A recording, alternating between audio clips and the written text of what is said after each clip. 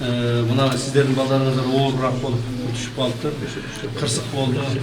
Құдай мені даже сақтады. Мұның арқасын емен біздің дарыгерлеріміз барлығы чоғылып тұрып, мемлекет тарапынан барлық қамсыздарды көреміз.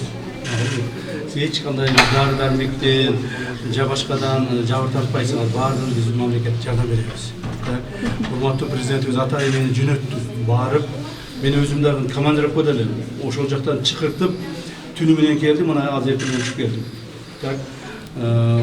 Құрметті президентіміз чықыртып айтты, барып, өзің жолығып, елдердің барлығын успокойтып айтып келген. Барлық керекті мемлекеттік шараларды қолдауын бұлар деп тапсырманы берді.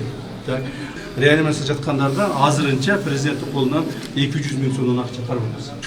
Мұны анша-мынша чурқап отасыңар, ата-енелер, чай-пай ішіп отасыңар, анша-мынша эмне кана биринчи ошол иштетип турасыңар, макулбу? Анан жарадар болгондорду, берки жеңилирээк жарадар болгондорго 50 000 сомдон бөлүп берет. Аны да таркатып бергиле, макулбу? Список менен жакшыраак кол койдуп таркатып. Кечки пост көчөгүнүн мынакей жолкун айтпадыңыздарбы? Азыр биз консилиум кылабыз. Эгер врачтар менен мынакей Остон келди, Бишкектен келди, алып карайбыз дагы. Камчы Кызылчашев менен Садыр Кожоевич түштөн кийин самолет берип атат. Ошол менен биз Бишкекке алып кетебиз. Ато мынакей атасы абдан переживать этти да, жанагы Телепанаса Черепа деген кичинекей 8 жаштагы кызы айттым, бир керек болсо салып чыгып кетебиз. Ал боюнча мындай, азыр Алым Кадырбек туура айтты. Врачтар өздөрү сүйлөсүн, биз булардын ичине киргизбейбиз. Булар сүйлөсүн, анан бизге списогун берет. Ушунча баланы алып кетебиз. Анан биз бул жака самолет жөнөтөбүз, самолет менен алып чыгып кетебиз. Макулбу? Алып барып, ал жакта баарын даярдап турушат. Ал жерде барып ошол керектүү баягы лечениесин алышат. Макулбу? Кыжаат болбогула. Анан эгерде ушул жерде эле карайбыз деп чечим чыгарган болсо, ага да кыжаат болбогула.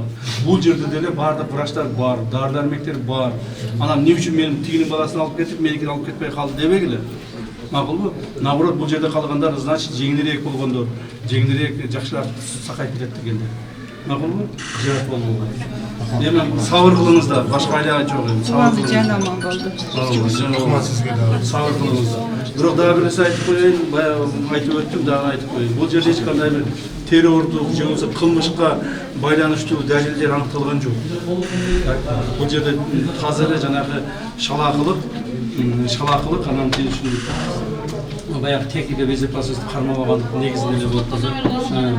Коопсуздук көзөмөлгө албастан, ошону камсыз кылбастан өткүзүшүп, ошол жерге мисалы машиналар ал жака чыкпаш керек эле, машиналар ал жака өткүзбөш керек эле, адамдардын арасына артыртып адамдар кирип кетпеш керек эле, тим более жаш балдардын арасына. Ушул майда барак нерселер да, майда дебейсизби? Десек дагы алардын чоң нерсе менен коопсуздук маселе каралган эмес да. Кайраттуулук эле, макулбу? Тынч болгула. Президентибиз силерге чоң көңүлүн айтып жүрчү. Кыжаалат болуп атат, ал киши дагы кыжаалат болуп, эртең менен дагы чалып, келдиңби, кеттиңби, эмне болду, бардыңбы, жеттиңби деп сурап атат. То есть ошол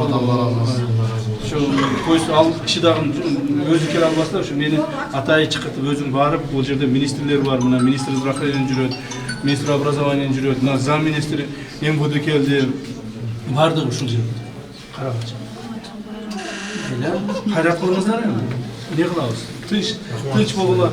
Анан ата-энелердин арасында айткыла, тынч болойлу, успокоить этели, сөздөрдү чыгарып артып, сөздөрдү кыла бербейли, унчукпай отурайлы. Булар өздөрү карайт.